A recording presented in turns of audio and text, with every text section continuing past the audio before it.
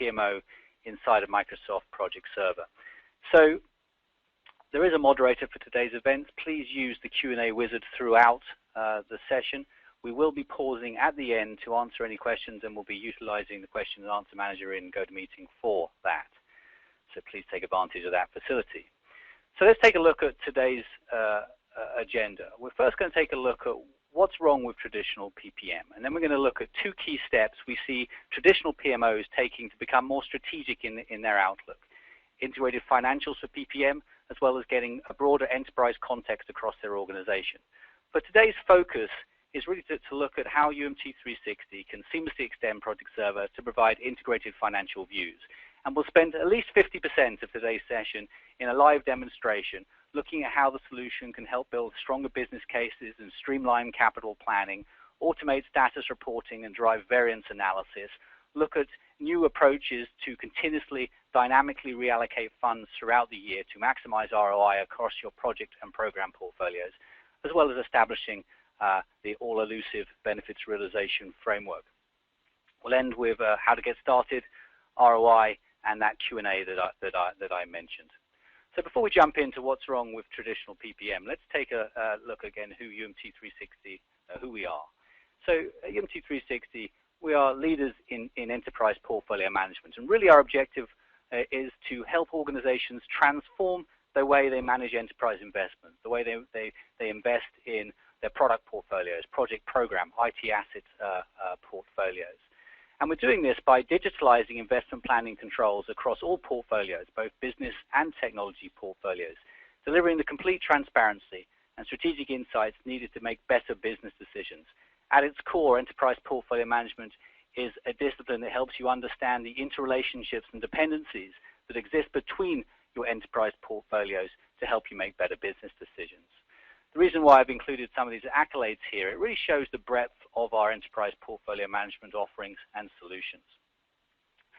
Aligned with today's conversation is the Gartner Cool Vendor Award. Gartner in 2012 gave us the Cool Vendor Award in program and portfolio management. It's an award you only get once in a vendor's lifetime. And each year they focus on a different subject relevant to program portfolio management. The year we were awarded it was for how to better integrate financial management best practices with traditional, and when I say traditional, more execution-orientated PPM best practices. Gartner has also, for the last 3 years, seen us as a visionary player in their Magic Quadrant for integrated IT portfolio analysis.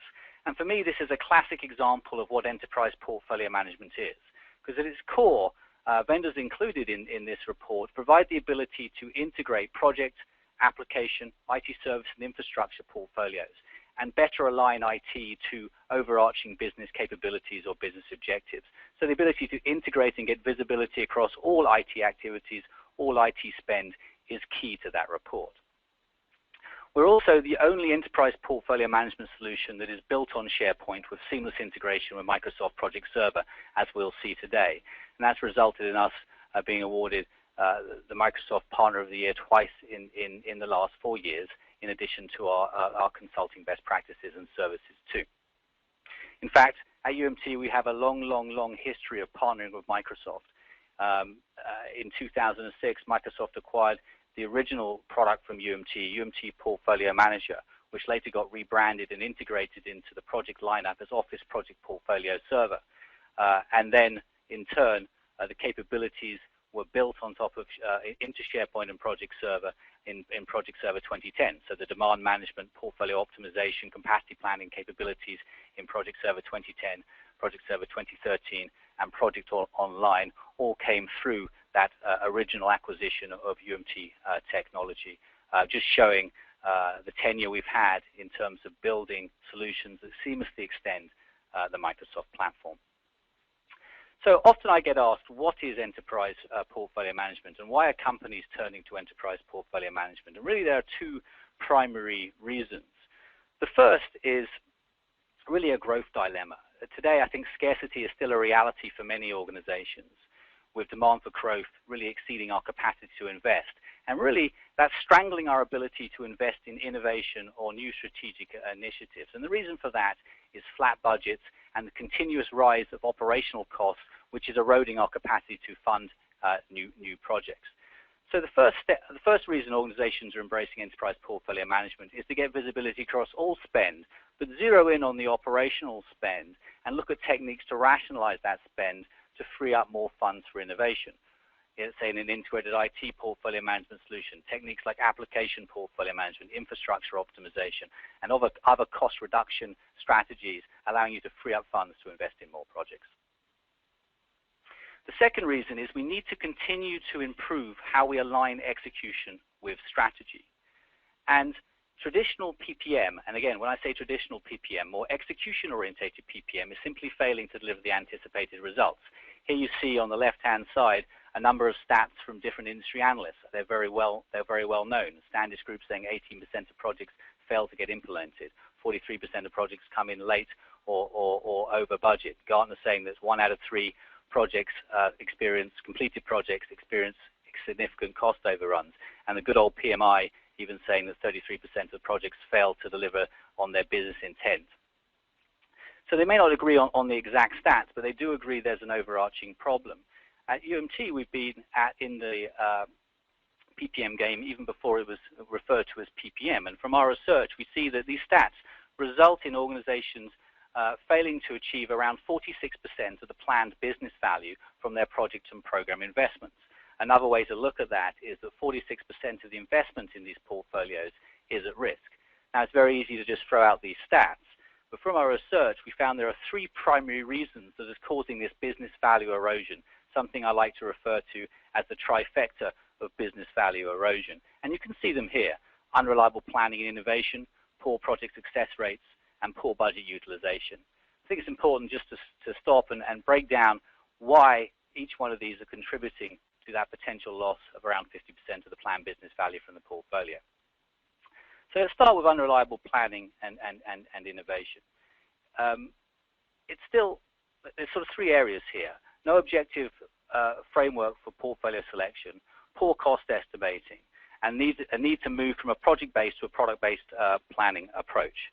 So with the first one, it still amazes me how many organizations still don't have an objective way to govern the annual planning process and select project portfolios that optimally align with their strategic intent or the strategic priorities.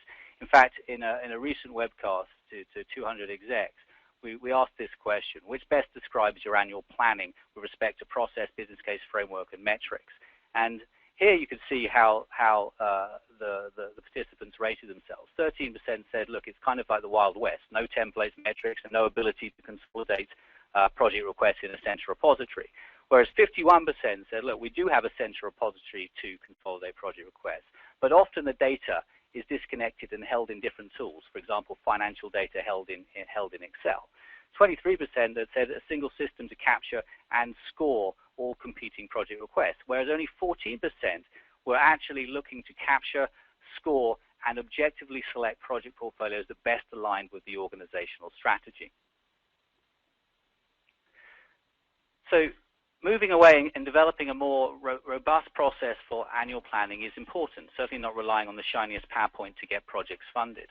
Another area is inaccurate cost estimates and how that impacts portfolio value. For example, if the cost estimates for projects that are vying for inclusion in the portfolio are too high, this can hit you in the back pocket from a value attainment perspective. When you think about doing a top-down optimization, you're simply drawing the line too early from a budget point of view and leaving too many projects, good projects, behind.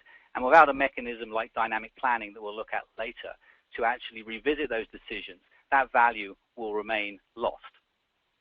So estimating of cost estimates early in the process is another key area. An area that we could spend the whole hour on here is this movement from a project-based investment approach to more of a capability-driven investment approach. Today, most organizations rely on project-based investment approach, where they capture projects from across the organization, build business cases to whatever level of sophistication, use techniques to prioritize and optimize to whatever level of sophistication, and loosely align with strategy. But this is very bottom-up in orientation. I don't think we really stop to ask ourselves, what are we doing here? Are we simply selecting the best of a bad bunch of projects? Do we actually have an innovation problem? Do we have a suboptimal set of demand in the first place?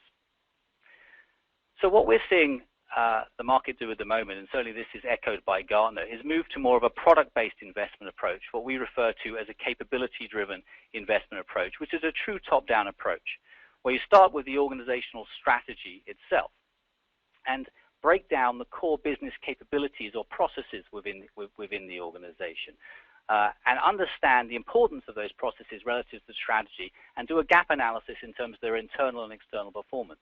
At this level, it gives us the ability to understand what changes we need to make to the core processes of our organization to drive and better align and meet the strategic objectives. And this results in an allocation of funds by capability and initiation of multi-year programs to close the performance gap on those capabilities. Ultimately results in a stronger set of demand. When applied in an IT context, the ability to use business capabilities as a bridge between IT and the business is also important. So being able to understand which application IT assets are driving and supporting each capability, allowing IT to make changes to the supporting IT landscape to support the strategy of the business. But again, the difference between the two approaches is you end up with the capability-driven approach with a stronger set of IT demand or project demand. So that's unreliable planning and innovation. Next, poor project success rates. The stat before, 18% of projects fail to get implemented. If you fail to implement a project, you're not going to get the value from it. If you have cost overruns, which is just a fact of life, at the portfolio level, budget is finite. So you have to make changes. You aren't going to de-scope projects. You're not going to do projects that were in the plan. And that in turn is going to hit you from a realization of value perspective. The area that was probably the most surprising to me is poor budget utilization, where we did the research. We found that many organizations today were actually failing to spend all the allocated budget to them within a calendar or fiscal period. There could be many reasons for this. Things like resource shortfalls, simply not allowing yourself to start projects that you planned for the year. Unplanned carryovers was another great example, where projects slip from one year into the next year. Don't spend all the budget in the initial year, and even worse, take budget away from the next year, and you don't realize the value until the next year. But one of the overarching contributing factors to budget utilization was poor forecasting capabilities and skills from project managers. All too often, money being held hostage at the project level and not being freed up when it's not needed to be reinvested. And when we look at the dynamic planning approach a little later in the demonstration, you'll see how we can continuously look to reallocate funds and decide when to invest more in existing projects, when to free up funds from projects that don't need it, and take a portfolio approach to reallocate funds, optimize spend, and maximize ROI across the portfolio. So those are the three areas. What I want to do is just pause here for the first poll and ask a simple question. Which of the factors listed in the trifecta of business value erosion impacts you the most? So we'll launch the polls.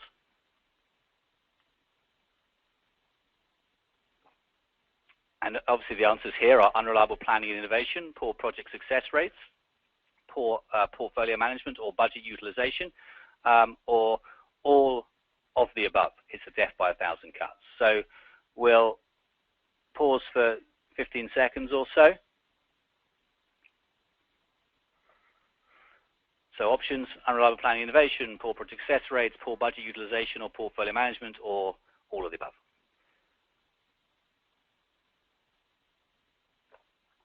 So let's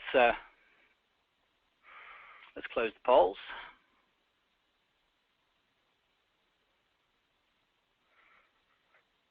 So the answers you see here is unreliable planning and innovation with 25%, which makes a lot of sense. Poor project success rates with 6%. Poor portfolio management or budget utilization with 19%. And 51% saying, look, it's a bit of everything, which is normally the response. I would say normally I get that 75% of the time than 51% of the time, but maybe around the unreliable planning and innovation, many organizations still need to improve what they're doing there with the basic kind of project-based planning that I referred to earlier. But again, the common response is normally it's kind of death by 1,000 cuts, all of the above. So let's go back to the main slides and move on. So what we found is one of the key problems with more traditional execution-orientated PMOs is for too long have been focused more on the kind of execution, project delivery activities, like schedule management, resource management, time tracking, which I'm not downplaying the importance of. It's hugely important.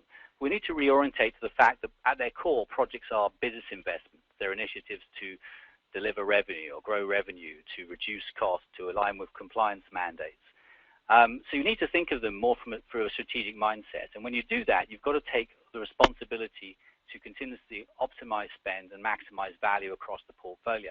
So the PMO is has a daunting role, has to be the master of execution, wearing the PMI hat, as well as almost become the CFO of the project portfolio to ensure they're maximizing value across the portfolio. So we see two key steps in becoming a strategic PMO, and this assumes that there's already a level of expertise around project delivery and execution. The first is to get an integrated financial view, integrate investment planning and controls across the PPM lifecycle, which will be our primary focus today. The second is actually then to realize that projects don't exist in a vacuum. They're created to make change to an IT asset, a product, a business capability, or process. So you've got to start to get that enterprise context or enterprise perspective. And by understanding what the projects are impacting across the wider enterprise portfolios, a PMO starts to get greater visibility across all spend, visibility across all portfolio activities versus just being focused on the project and program portfolio from a spend and activity point of view.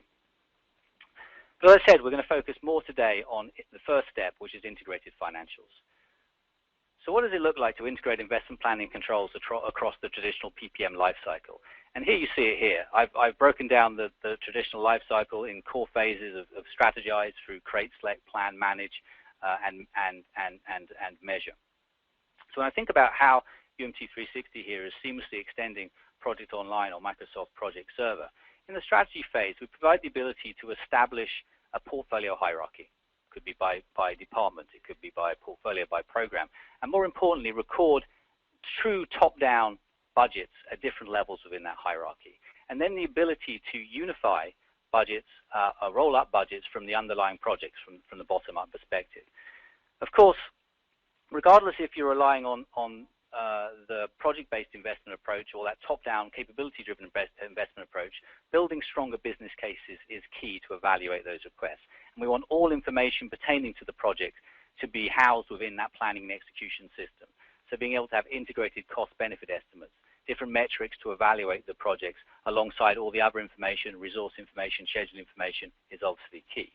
That is going to feed the out-of-the-box portfolio optimization capabilities that are still world-class in Project Server and Project Online today. With UMT360 as well, you're going to streamline organizational budgeting, who's funding which project to what extent, as well as lock budgets on approval.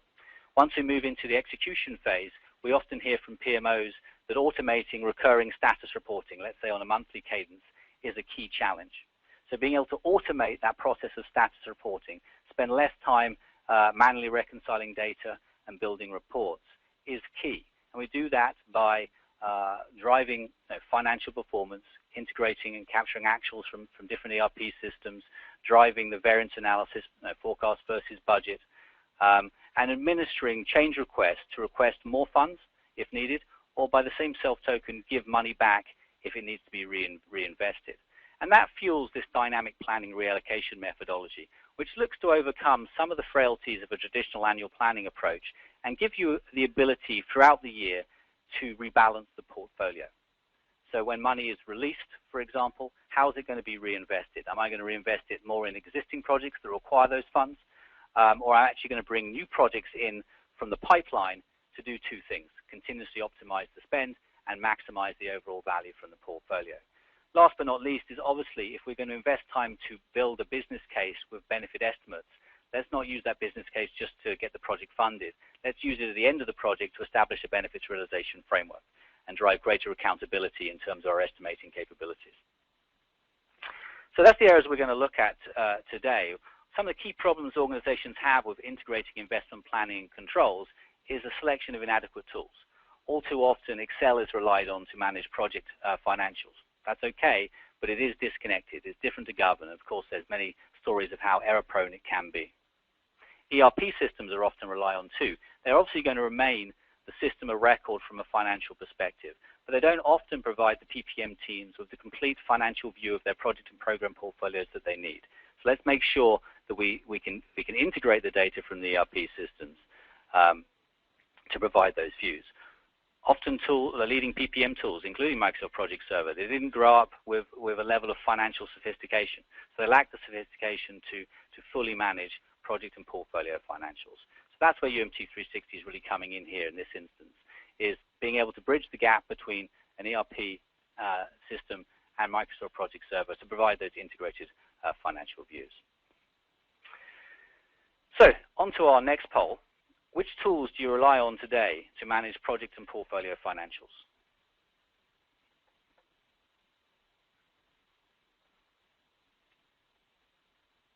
And the answer is here, we rely too much on Excel.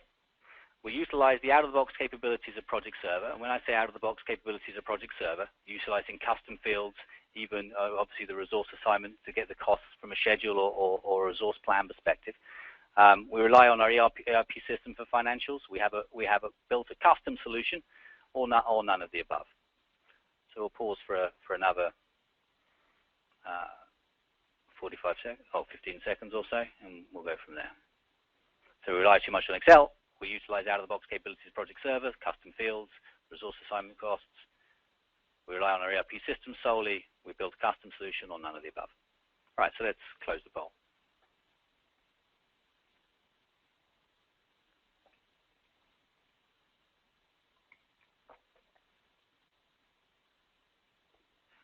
All right, so let's take a look at this. I don't think this is a real surprise that 46% of the response is that we rely too much on Excel. We often joke here that as it pertains to our solution for financial management for PPM, I think Excel is probably our biggest competitor. It's just the fact of life. I am a little surprised by how many are actually just leveraging the out-of-the-box capabilities of Project Server in terms of resource assignments and custom fields. ERP systems at 17%, custom solutions at 13%, and 70% are not looking at financials at this stage. So again, we often see obviously a heavy reliance on Excel. So let's return back to the slides. So we hit the demo time. And again, as I said, we're going to focus solely on the first step in building a strategic PMO, which is to get that integrated financial view. And time permitting, I'll try and show you some demo snippets on these 4 areas.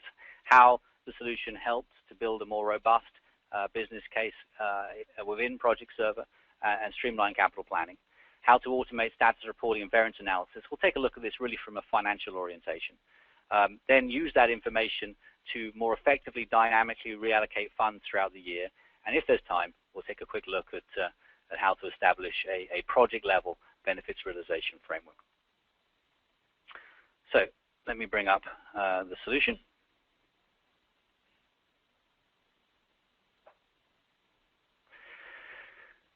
So in interest of transparency here, we have a UMT360 demonstration environment here that's built out on top of Project Server 2013. So we're looking at Project Server 2013 today. That being said, we do also integrate with Project Server 2010. So what I'm going to do is try and follow this through in kind of the sequence of the project's life. We'll start with upfront capital planning and business case, move into execution and dynamic planning, and then benefits realization. So with UMT360, a lot of pre-packaged configuration around best practices of integrating financials with Project Server. Now, that includes a whole host of reports and dashboards of varying levels, portfolio, program, project level, depending on the hierarchical structure that you design. So let's start, at least at the portfolio level, with an investment planning dashboard. And we'll work our way down to the project record and look at the business case. At this level, there's 2 reasons or 2 questions people ask when looking at this, when using this dashboard. They want to understand what's the remaining budget, and then potentially which projects should they invest. What this highlights is our ability here to record true top-down organizational budgets. We can record budgets at any level in the organizational hierarchy or any level within the portfolio hierarchy. So we have $12 million organizational budget here. We have $6 million of committed, meaning the projects are in flight, which leaves a remaining balance of around $6 million worth of funds available. We have $11 million worth of projects in the pipeline, haven't been funded yet. And what this is telling me here, and we'll refer to strategic yield throughout today's presentation, is that if I was to commit this $6 million without even thinking about it, I could get 88% of the yield, strategic yield, from this portfolio. You can also see here where the money's hanging out by department, by type of project, by governance phase, investment type, what's new for the year, planned carryover, the worst case scenario, unplanned carryover. But let's look to answer the next question. Which projects potentially should I invest in with the available budget? So this is not in replacement to the what-if analysis capabilities or portfolio optimization capabilities in Project Server. It's simply doing a stack rank view of projects from multiple prioritization schemas that are designed within the business case. And the default view is strategic yield. So let's just pause and take a look at what strategic yield is for a second. Strategic yield is the strategic value of the project, how it contributes to the success of the business strategy or impacts the business strategy, divided by its cost. It is a dynamic metric. I refer to it as a kind of an investment barometer for the project through its life. The way to look at it here is the bang for the buck. So all we're doing here is stack ranking the projects or prioritizing the projects by strategic yield. And where the shading changes here shows me where I run out of funds. So all projects included above the line here equate to 88% of the overall value or yield from the portfolio. But of course, there's nothing stopping me changing the prioritization schema, looking at it from an ROI perspective, an NPV perspective, and seeing where the line draws. We can also see the amount of overall yield, strategic yield, this is delivering to the portfolio, 109.2, and we'll get more into that in a little bit. And what are the selected benefits? So from the project selected here, because we have benefit estimating and benefits management capabilities, very easy to see now what that's going to look like. From what are these projects going to deliver from a benefit structure point of view, however you design your benefit structures, from a time point of view, if you want to go deep into what that looks like in 2015, all that information is there for you. And here are all the projects that have been selected in that analysis. Anyway, the point is just very quickly to see where the line draws from multiple perspectives. When we look at this, we don't really want to look too much at projects at the top of the list. Maybe we start to look at projects above or below the line. So let's drill down on innovation management framework. And you're going to drill down to a business case report, which is obviously configurable, but it's taken more of a financial orientation. This is being generated dynamically. Here we see the total cost benefit for the project, standardized financial metrics, strategic value coming from, which is the impact on business strategy, an absolute score for that, yield, which is value divided by cost, that dynamic metric, risk coming from a UMT360 survey engine, another score, as well as an overall priority score. But more importantly, and we'll look at this at the project record level, the ability to also to see who's funding this project and in turn who's accruing the benefits from this project, as well as views you're going to expect to see like cumulative cost and benefits, payback periods, etc. So get good insight into the financial contribution of this project, at least from this view. But let's work our way down now to the record in Project Server. So we're looking now at the record in Project Server. We're looking at the business case infrastructure. So you can see the workflow that's been designed in this image here, and this UMT360 workflow visualization is graphically showing us where we are. We're in the define stage where we expect to build a high-level business case before we move into the annual planning select stage. If selected, the detailed planning, a final go, no-go, before moving into execution, closeout, and evaluation, where you can look at things like benefits realization. Now, the first thing to know is how seamlessly integrated UMT360 is from a data and from a UI perspective. So obviously, for those of you familiar with Project Server, you're going to recognize things like project details and schedule. All the other views here are coming from UMT360, but the end user feels like it's Project Server, and that is by design. There's nothing that we really don't extend from a business case perspective. We like to say we put the business case on Project Server on steroids. So even though I look at things like project details, which is obviously a well-used out-of-the-box capabilities in Project Server, one of the feedback we got from our customers was that these need to be more dynamic. So in our intelligent form solution, which includes this capability I'm going to show you, conditional logic and validation rules, as well as our survey infrastructure, It's very easy to make these forms more dynamic. So if I come in here, for example, and select finance, I'm forced to add a funding source. If the worst case scenario happens and we move from a new investment for the year to an unplanned carryover, I'm forced to add a justification. You can make these forms more dynamic, and this is a simple example of that, to in turn make the experience of demand management or business case better. So with that, let's move on to the integrated cost and benefit analysis, which is the primary reason for the discussion today. The ability to be able to move away from Excel and consolidate financial information across the life cycle by standardizing cost and benefit structures is key. And cost and benefit are two that come out of the box, but you can define additional financial structures. Here we also have the ability to control the level of information that is captured.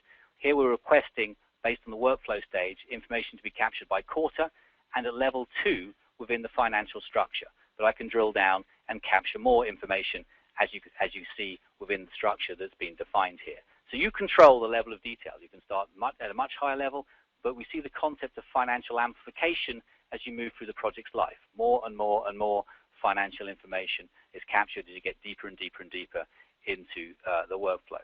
Very easy to come in here and capture information. I can have it imported, I can manually enter it, but if you look at these triangle symbols here, represent that these nodes are read-only and being pulled in from project server. So the resource assignment costs are being dynamically aggregated here, actually from the resource plan.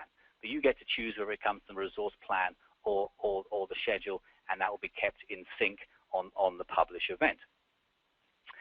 So the ability to break down the total cost of the project and integrate with the resource plan and schedule is obviously key. Multi-currency tends to be a big deal for many customers. So the ability to manage the project in multi-currencies is handled here. The ability also to break down the cost of the project by funding source. Different ways to do this. We have allocation centers that allow you to come in here and on a percentage basis say who's down to fund this project: finance, operations, IT. That's on a percentage basis.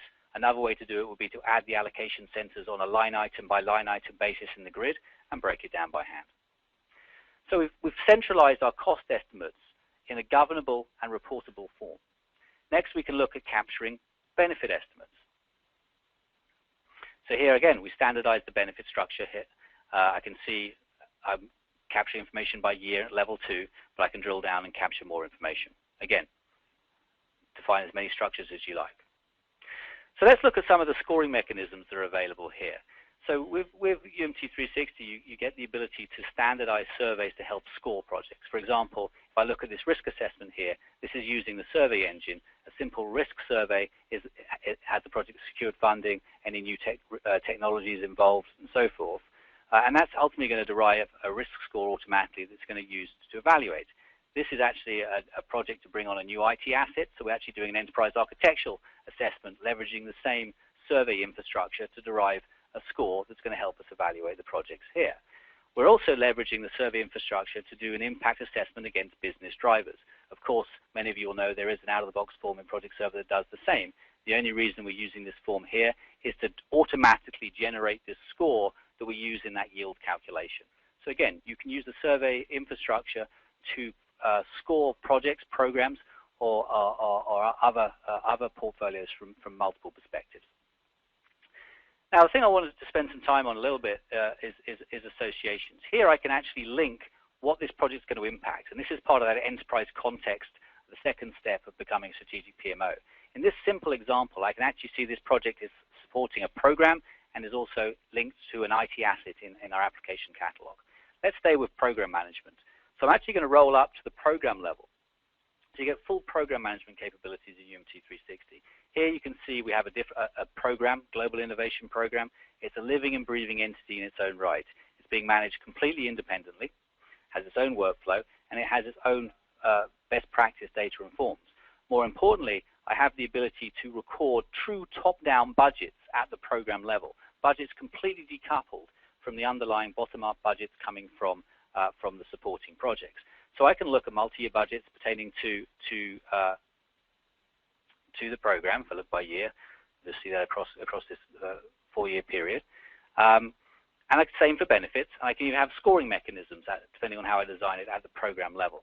So if we take a look at the associations of this program, you can see it's actually supporting this business capability.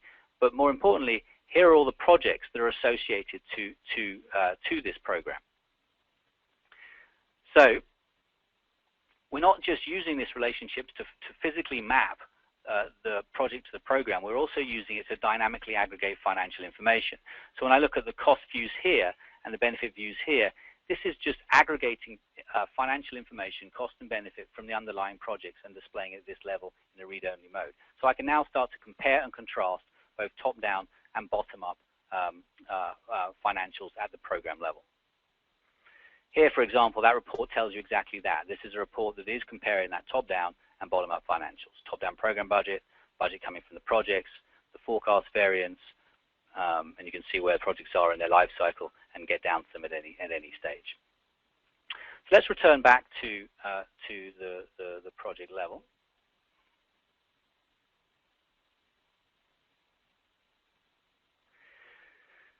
So I'll turn back to innovation management. I'm not going to show this next capability, but it's an important one to understand. So hopefully you've seen what constitutes a world-class business case. Obviously you've got the project site for document management and everything else that you need that for in Project Server. Another key area or feature we see being used is snapshotting. You can snapshot and keep an auditable record of project financials, metrics, and other metadata pertaining to the project at any point. For example, the way we've configured this demonstration environment is I run a snapshot here at the select gate at the first approval point, and run a snapshot again at the second approval point. Any project that goes through this will get a snapshot, and we can keep an auditable record in terms of the cost estimates and other metrics around the project. So we can see how they change between the funding gates. We can also start to circle back once we've completed the projects or have forecast costs of the projects to start to derive estimating accuracy at different levels or different stages within our planning process. It's rich information that's going to help us improve our planning processes over time. So what I'm going to do, because I'm pressed on time, is now focus more on the execute stage. So I'm going to pick up a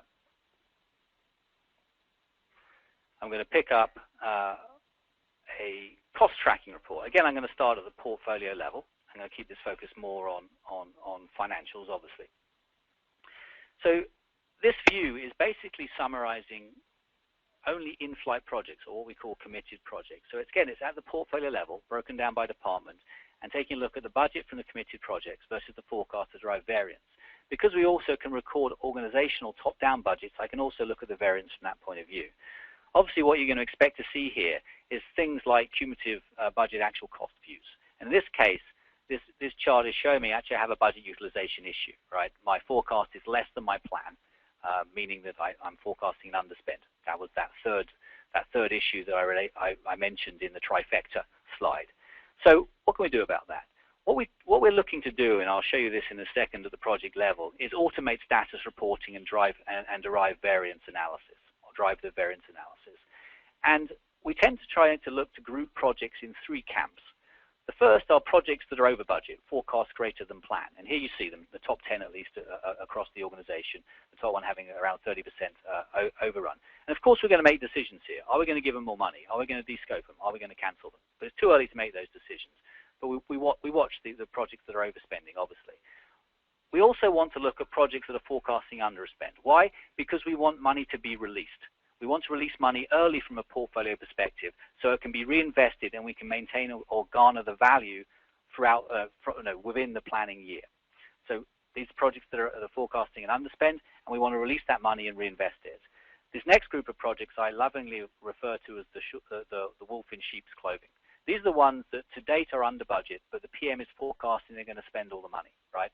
And the reality is they never do, or they sometimes do, but they don't often. And in Q4, it results in these Q4 budget utilization nightmares where you don't spend the money and there's no time to react. So we watch these projects closely because there may be a point where we want to take money back from them. So are we going to give more money to the top projects? We're going to have money freely released from the middle grouping here, and we may take money back from these at a certain point in time.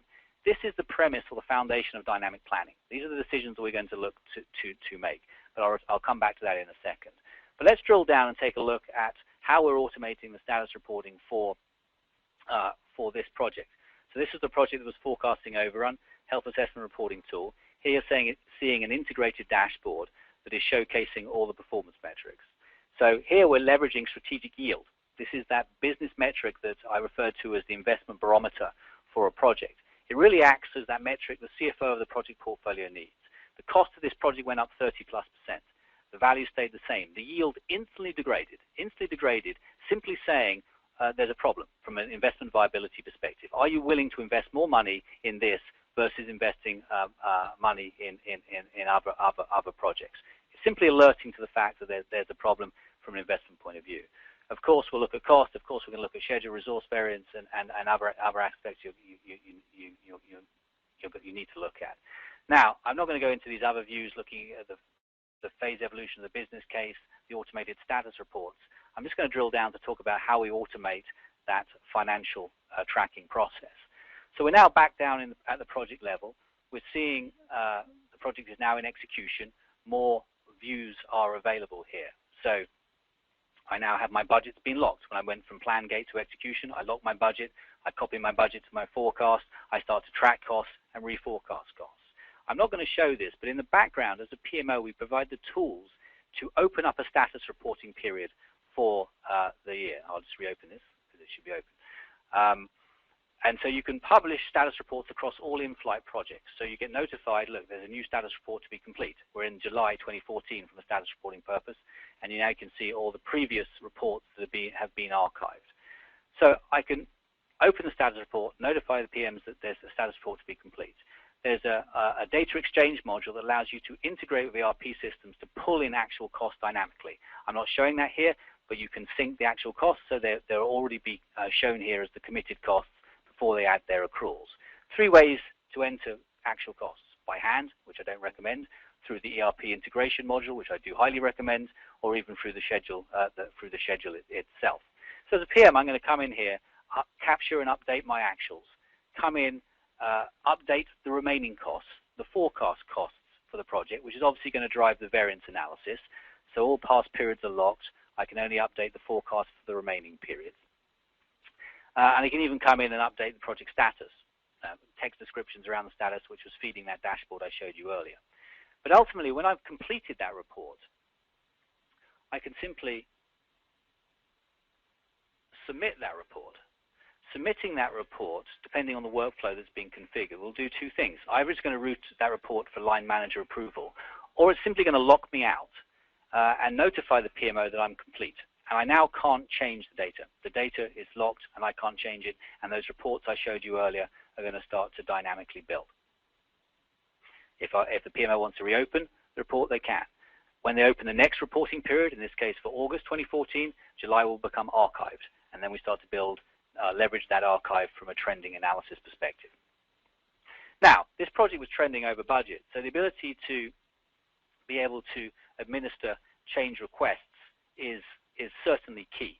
I'm not going to go into this, but coming in here, being able to raise and route a change request for approval is key. Well, there's no time to go into that today. I want to roll back to the portfolio level and take a look what that would look like. So I'd raise a change request here, whether that was to request more money or if this project was running under budget to give back money. So let's roll back up to the portfolio level.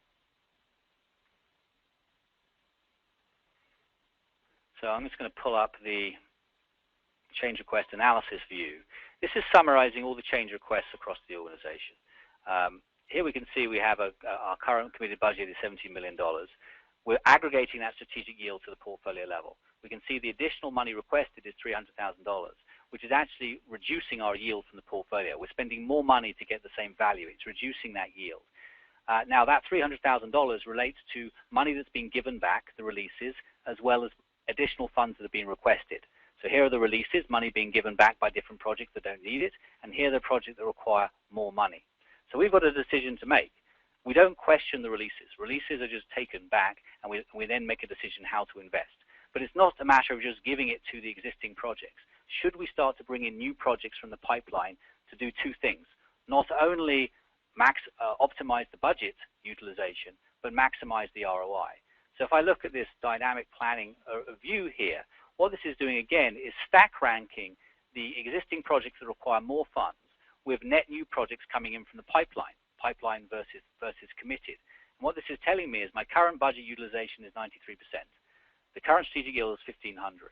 The available funds with all the releases and the underspend from budget utilization is 3.2 million. And the total additional request for funds is 790,000. And if I take this recommendation, rather than my strategic yield going down, it's going to go up. So what's happening here? We're drawing a line, and the tool is recommending based on the yield of the projects when to invest more in existing, committed, versus when to bring in new pipeline. So again, making that decision to do two things: optimize spend and maximize value. So what does that look like from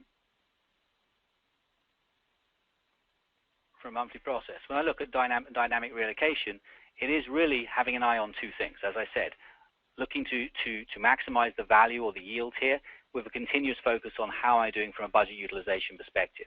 And whether you're doing this on a quarterly basis, whether you're doing this on a monthly basis as shown here, this is what it looks like. You know the budget, what the budget was as you started the period.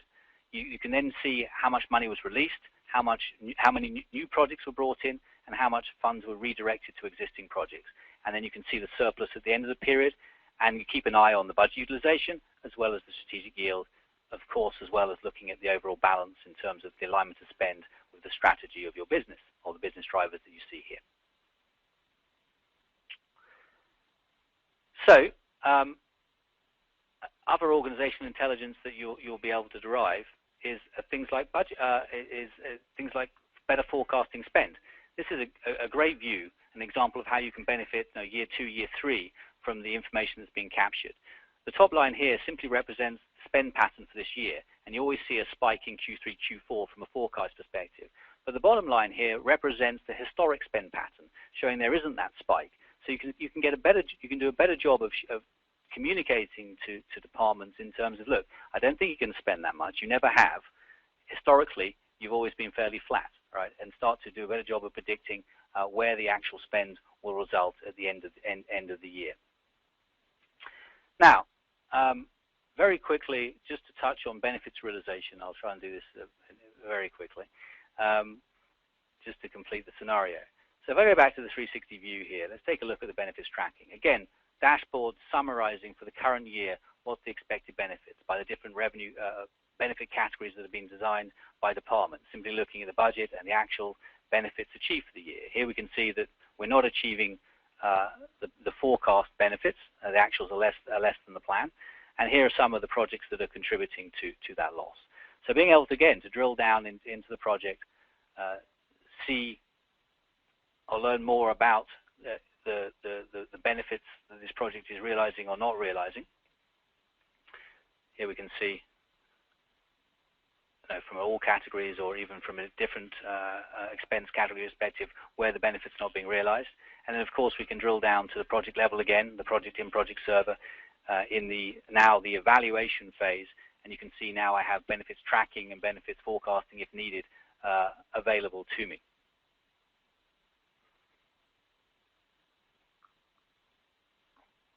So that ends the demonstration. I'm going to go back to the slides.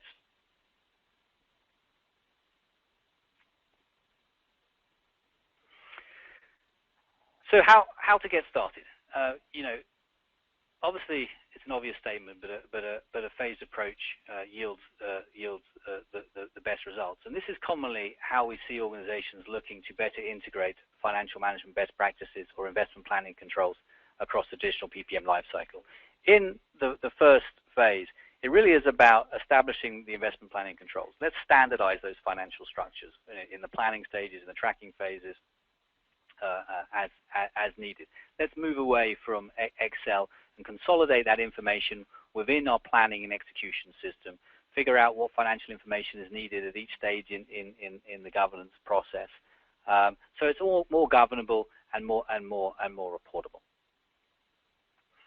In sort of phase 1.5 into phase 2 here, let's look to drive data integrity.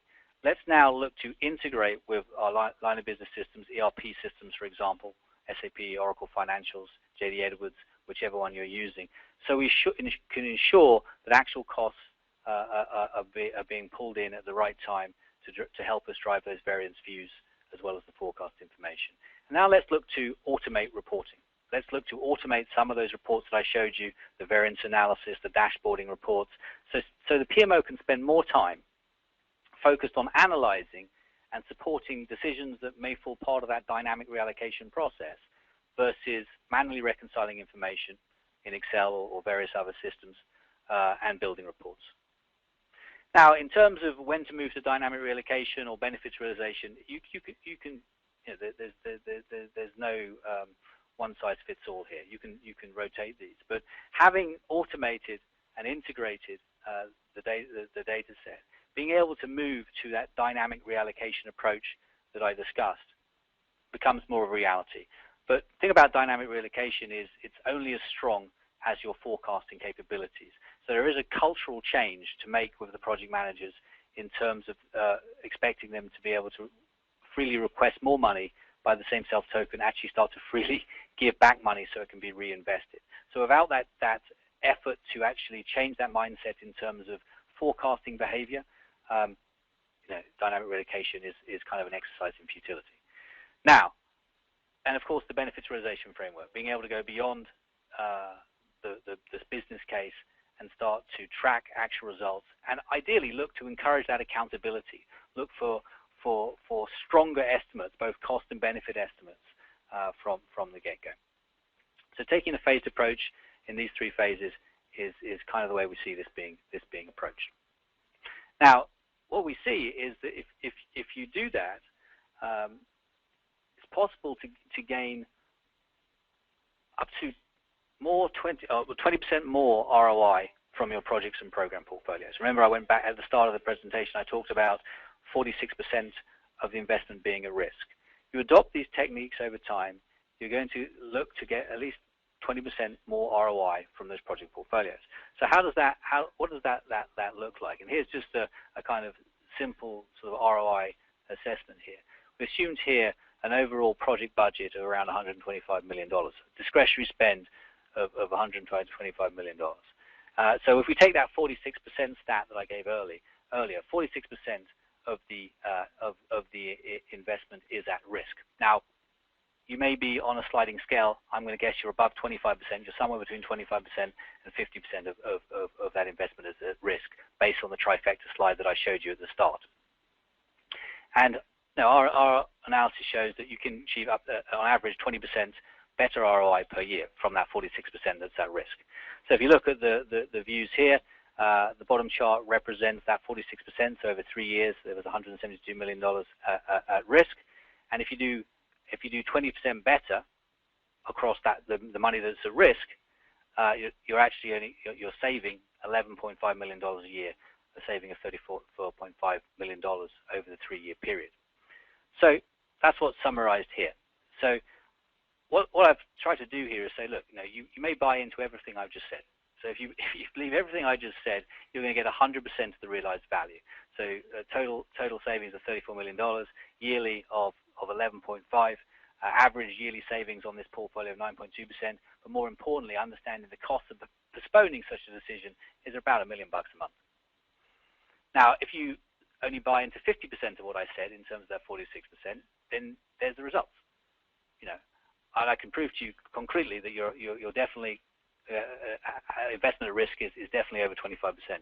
But if you think that, okay, this guy's smoking something, I think at least you get 10%, then there are the results too. It's still very, very compelling from an ROI perspective. In fact, I hid the ROI numbers here because they often look too big.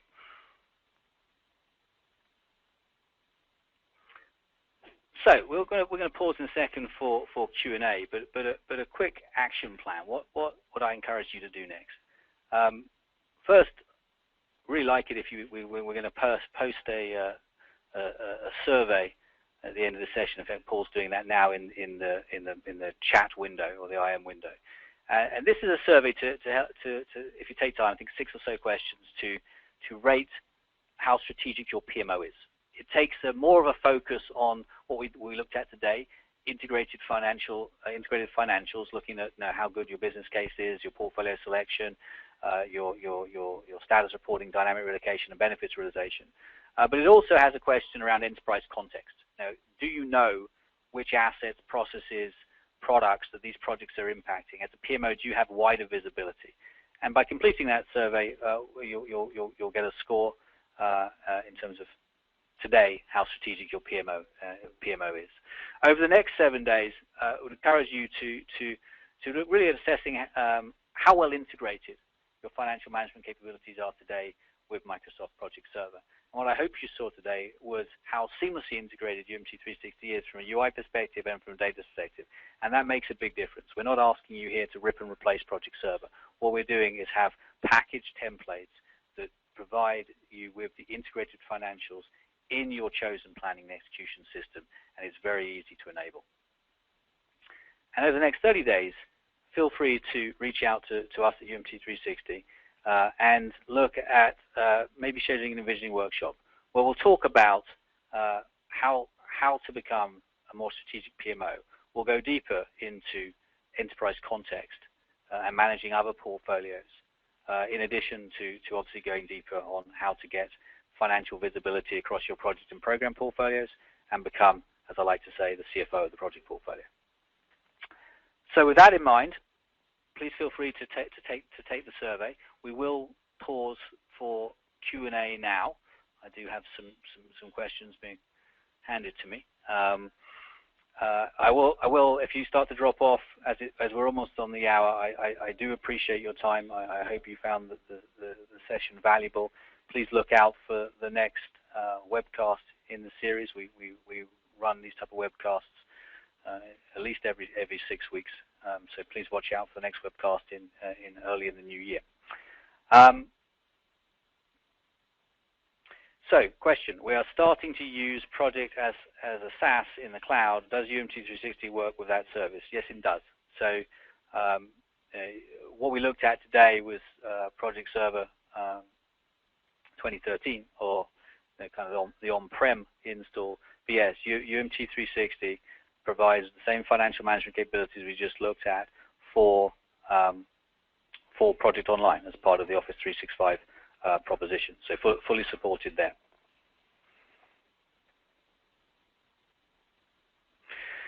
Another question: what types of